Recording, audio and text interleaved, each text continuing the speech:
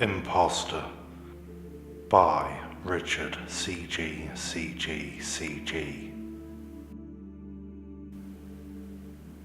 It started about 3 months ago. I came home from work to find my wife, Millie, sitting at our kitchen table drinking a cup of tea. I'd seen this image many times in the past, but that day was something different. Something was just off about her. I couldn't quite place it. The look on her face just seemed unfamiliar. She had asked me how my day was, and I immediately had a tingling sensation run down my spine. It was a voice I had heard nearly every day for the past 5 years, but something was not quite right this time. I can't articulate how it was different, but I knew deep down it sounded wrong. I'd been under a lot of stress at work in the months leading up to this, so I tried to shrug it off as fatigue and go to bed early. I couldn't sleep that night, however, especially after she crawled into bed next to me. I could hear her breathing close to the back of my neck, an unfamiliar rhythm, and it felt like being in the bed with a stranger. I must have drifted off eventually, and when I woke she was already gone. The rest of my day was filled with a sense of dread and uneasiness, as I hoped and prayed everything would be back to normal the next time I saw her. I wouldn't be so lucky. Millie and I have been married 5 years, but I've known her since we were both teenagers. She's the love of my life, and we're as close as two people can be. We've both helped each other through incredibly difficult times, and we honestly have no secrets. I know her better than anyone else on this planet knows her, and over the next few days I came to the horrifying conclusion that this person in my home was not my wife. She looked nearly identical, but several little details were off just a bit. The wrinkles by her eyes were too deep, her fingers a bit too long, her smell slightly more musty, her voice a shade of a different tone. But more than all those things, it was her mannerisms that convinced me. Her facial expressions were different, her body movements more jerky. I felt it in my bones, this nagging feeling I tried to ignore, but I knew deep down this was not my wife. One day I was watching her from the kitchen window as she worked in the garden. Her wrist brushed a sharp branch. I nearly choked when I saw her blood. It was black. Pitch fucking black. And shiny. Almost like oil. She quickly covered the wound and whipped around to stare at me through the window. My blood ran cold as I saw her eyes flicker into a deep black. It was like staring into two empty sockets, and the momentary grimace on her face was otherworldly. It only lasted a second. Then she blinked it away, smiled and shrugged as though nothing was wrong. I slowly backed away, feeling dizzy and nauseated. After I composed myself for a few minutes, I found her in the bathroom, having just finished wrapping her wrist. I asked to see it, but she said no way, she just got the bleeding to stop. I didn't know what to do, so I let it go. But I know what I saw. The final straw came the following night, when I woke up at 2 a.m. alone in our bed. I crept downstairs and just stood there dumbfounded. She was watching home videos alone in our living room. No, she wasn't just watching them, she was studying them. She was intently focused on the clips of herself in particular, and it dawned on me that she was learning to perfect Millie's mannerisms and voice. I flipped on the light and she nearly jumped off the couch. "Richard, what the fuck? You scared me." I stood there silently, just watching this thing pretending to be Millie, my anxiety melting into a deep anger. Finally, I said in a calm but very firm voice, "Where is she?" Now this thing looked afraid. She fumbled over her words and tried asking me what I meant. "I know you're not Millie. What the fuck did you do with her, and why are you here?" She looked genuinely shocked. She probably never even considered I would figure out the ruse. Of course she protested, played dumb, even worked up some tears. But through it all, she also had a knowing little look on her face. A little hint of something like sarcasm. I stormed upstairs and locked the bedroom door. No more pretending. I wasn't sleeping next to this thing another night. I needed time to think, to figure out what to do. My head was spinning. About 30 minutes later I got a call from my best friend, Gary. Millie had apparently left and driven to his house. Smart move trying to get him on her side. I could hear her crying in the background, and Gary sounded worried. I tried to explain everything to him, all the little differences I'd noticed. To his credit, he heard me out. But after a long pause he said, "Listen, man, I've known you too long a time. I care a lot about you. I'm telling you honestly, she seems like the same Millie I've always known. I think you might be sick or something. We need to take you to a doctor." My heart sank. Of course he wouldn't believe me. I barely believed it myself. But he doesn't know her the way I do. The replica was good enough to fool almost anyone, but not me. Then it hit me. Look at her wrist. She cut her wrist yesterday and her blood was black. He put me on hold. "It looks like a normal scab, Richard. Will you please agree to see a doctor tomorrow? I'll get you in urgently with my doc first thing in the morning." My heart sank again. I considered the possibilities. 1, he was humouring me and didn't really look at the wound. 2, her blood looks normal after it scabs. Or 3, I was going fucking crazy and imagining all this. No. I know what I saw, and I was going to prove it.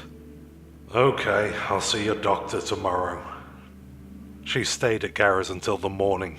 We met at Dr. Abraham's office at 9 a.m. Under her name on the door it said psychiatrist. Great. Dr. Abraham listened patiently to everything I had to say, and then let the Millie imposter state her case. "Richard has been acting funny for a few months. He's been distant and withdrawn, and his boss even called me to say Richard seemed distracted and paranoid at work." "She's lying. That's a complete lie," I burst out. In retrospect, not the best way to appear sane, but I was furious at this point. There is no chance on earth my boss would call her, and my work was as good as ever. Dr. Abraham held up a hand and asked me to let her finish. I gritted my teeth. The Millie imposter went on hesitantly.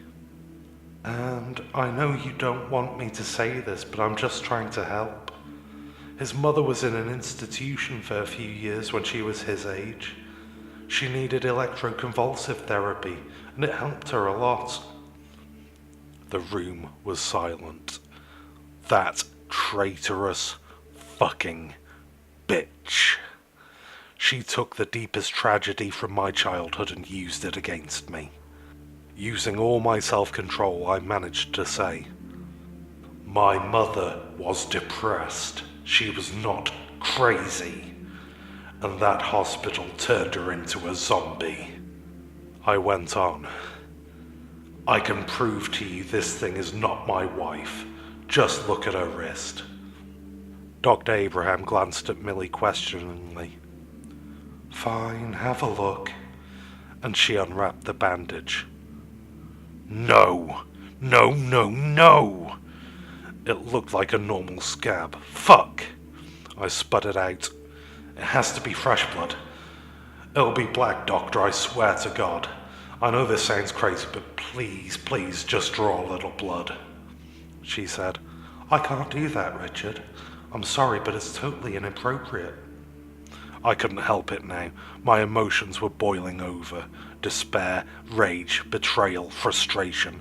I snatched a pen off the desk and yelled, "If you don't do it, I will. I know it sounds crazy, and if her blood is red, I swear I will do whatever you want. I'll back down and admit that I'm wrong, but you have to try." Millie sat frozen, her eyes wide and terrified. "Okay," said Dr. Abraham. "I'll draw a little blood if you're willing, Millie. Please follow me to the lab." Millie stood mechanically and followed the doctor out of the room. 5 minutes passed, then 10. The lab was just one door down. They should be back by now. Did the thing refuse to have its blood drawn? Did it kill the doctor and flee? Is the doctor too shocked to do anything? Finally, a knock came at the door, and 2 police officers stepped in. Fuck me. Hi there, Rich. I'm Officer Mac. We're here to take you to the hospital to get some help. There was no point resisting, no escape. The Millie imposter had won this round. I'll spare you all the details of my 10-day hospitalization. They diagnosed me with some bullshit psychotic syndrome, prescribed me Risperdal, tried to convince me it was all a delusion. I almost started believing it too. That is until the thing came to visit on the last day. I knew immediately it wasn't Millie. I also knew my freedom depended on me playing along. I deserve a goddamn Oscar for my performance that day. I hugged her, told her I'm so sorry. I realized now it was all in my head. The medications are helping, etc., etc. She believed me. They all did. She took me home that afternoon. It's been 4 days since I was released. I've played it cool so far. I'm taking a leave from work for a while to recover. I hear her talking to Miller's friends on the phone. She tells them I seem to be doing much better now, that the doctors think it was just a brief psychotic episode, that the prognosis is good, that she feels safe around me. She even thinks I'm still taking the medication they gave me. One thing I learned on day 2 at the hospital is how to cheek meds properly. She thinks she's safe. I'm waiting for the weekend when no one will miss Millie for a few days. I will find out what she did with my wife. I will do whatever it takes. I will make her talk, and I will make her bleed. The Savage, written by Dark Library 1911. We had been friends all throughout childhood. Without much notice, Jonathan decided to leave town. Of course, not before knocking up some random girl, and subsequently getting into a 4-wheeler accident. Typical. Abruptly, 2 years ago, Jonathan returned. He found me at my old office, grinning in that awkward half-smile he had first displayed back in the 4th grade, when we bonded over our mutual love of Are You Afraid of the Dark? I knew we would be best friends when we both admitted our secret crush on the main character of The Secret World of Alex Mack. Those shows had long since stopped airing on television. Since then, Jonathan, who was always a small guy, had grown to be 6'1" with an athletic build. Myself, not so much. Regardless, there he was again, just like his old self. After we got reacquainted, his demeanor quickly changed from the person I remembered to an aura of somber foreboding. Jonathan asked me to remember that he had never done a single thing to betray my trust in all the years I've known him, and made only one simple request of me. He was leaving town again that night. There would be no happy hour of catching up, nor discussion of the good old days. He asked me that if anyone to call out to me during the night, not to heed their call. What a strange request, I thought. He didn't ask me for the usual $20 to carry him over like he used to when times were rough for him. He didn't ask me to say hello to my sister, whom he has always had a thing for. He didn't even ask me for the keys back to his Acura he had left in my possession. And with that, he was gone. I could easily accommodate his request, however. I worked overnight at a data center. No one would be calling my name for my 6-hour shift, of that I was sure. After arriving at work, the night went normally. I patrolled the outdoor corridor, and, as usual, absolutely nothing. Around 3:33 a.m., I dozed through my normal 3:15 patrol, and at the gate in the darkness, I could hear my girlfriend calling me from where Jonathan's old Acura was parked. Without hesitation, I headed in that direction. She had stopped by a time or two before to bring me food, or maybe a little on-the-job action. However, I couldn't see her on the camera like usual. Once I had nearly left the gate, a chill ran down my spine. Since our relationship's start, we had secretly agreed as something cute to call each other pet names when no other soul was around. I was Dick. My first name is Tracy. and she was Bunny because her first name is Lola. We'd never used these pet names in front of anyone else before. It was our cute, corny little secret. We always used our pet names when no one else was around, but this, it was her voice unmistakably, and as loving as ever, but she called me by my real name, Tracy. I stopped in my tracks and slowly backed away as what Jonathan told me flooded into my mind like a silent scream. As she continued to call out to me, it was almost as if a subtle hate in her voice grew each time. Tracy, Tracy. However, the voice kept its composure, making it all the more worse. I backed away and retreated back inside the data center. For a while I thought I could hear her calling to me vaguely just at the limit of my hearing. But I wasn't sure and dared not venture outside again. My co-worker, scheduled to take over after my shift ended, never showed up that morning, and I refused to leave the data center until the sun had fully risen. When I finally did leave, a set of footprints were left right at the car, with none leading up or leaving from that spot. Jonathan called me 6 days later. The relief in his voice was clear. He said he couldn't go into details, but he didn't lose his left ear in a four-wheeler accident like he had told everyone. Something called out to him in the night as he was four-wheeling around and ripped his ear from his body when he approached. The day prior, a homeless man approached him mumbling something along the lines of, "The savage will destroy anyone who has participated in premarital sex within the last 24 hours. If you have not, it will remove a piece of you, and using that piece, track and follow you anywhere the rest of your days." I asked Jonathan for further clarification. He explained that his curse would force you into a life of travel. If whatever it is ever catches up to you in your new location, it will call out in the night, signifying you must leave again, or yourself and any children you have fathered out of wedlock will simply disappear. Jonathan dismissed this as utter nonsense, of course, and paid the price. Perhaps the homeless man was another victim forced to travel the rest of his days. Jonathan wasn't sure if something was still after him, but he never took the chance and moved as frequently as his work-from-home job would allow. He seemed so utterly unnerved that I didn't share with him what happened to me. I never thought not being called a dick would save my life. Horrors of the Deep by Jacob R. Guillory. Some may speak of unknown creatures residing in the deep, those depths unexplored, untouched by the light of our sun, where evolution knows no boundaries. Let me tell you, until my flight over the Pacific, a confusing amount of time over a confusing sea of who knows what lies inside, I did not believe anything may lie unseen that could best man. Nothing bizarre or vast enough to make humanity feel as small as it feels to myself as I type.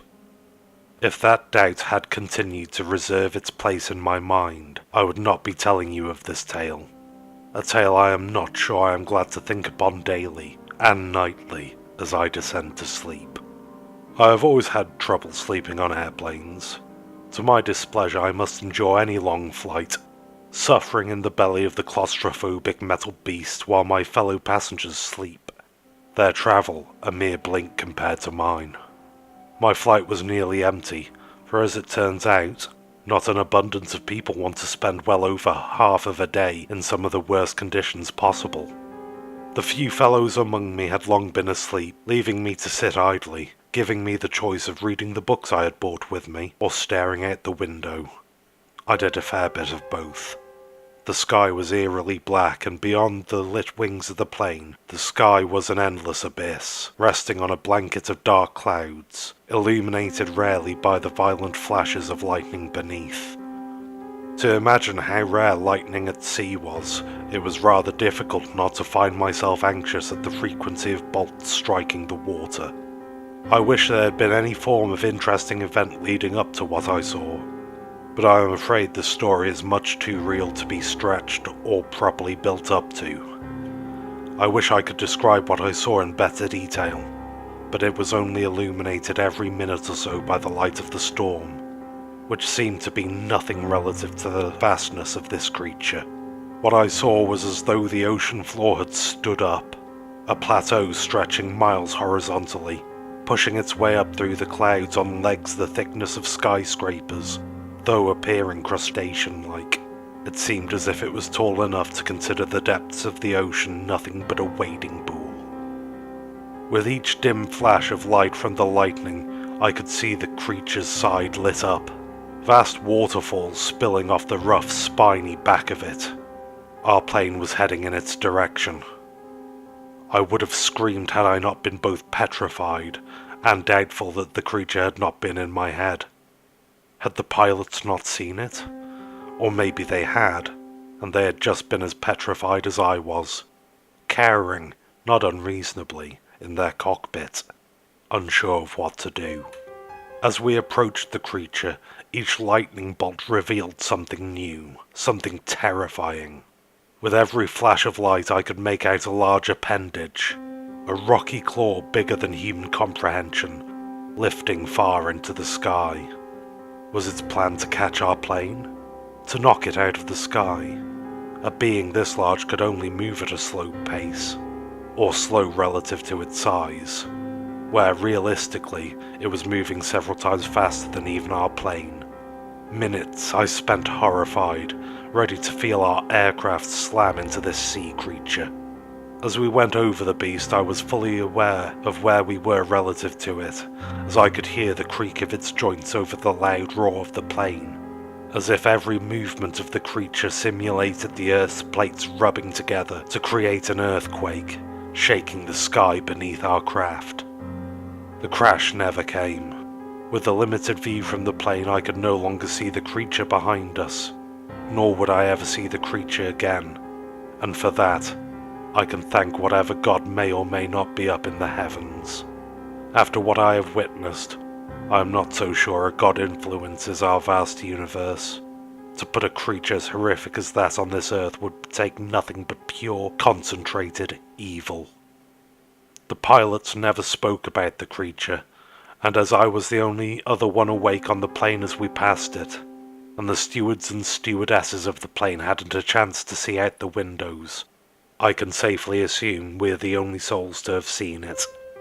If they can gather their wits as well as I have roughly gathered mine, they should be home recounting their tales in a similar fashion to myself, though I wonder if the madness they quite possibly have been driven to would be too crushing for them to think about what they saw that night. As I sit here and ponder my situation, I think of the beast.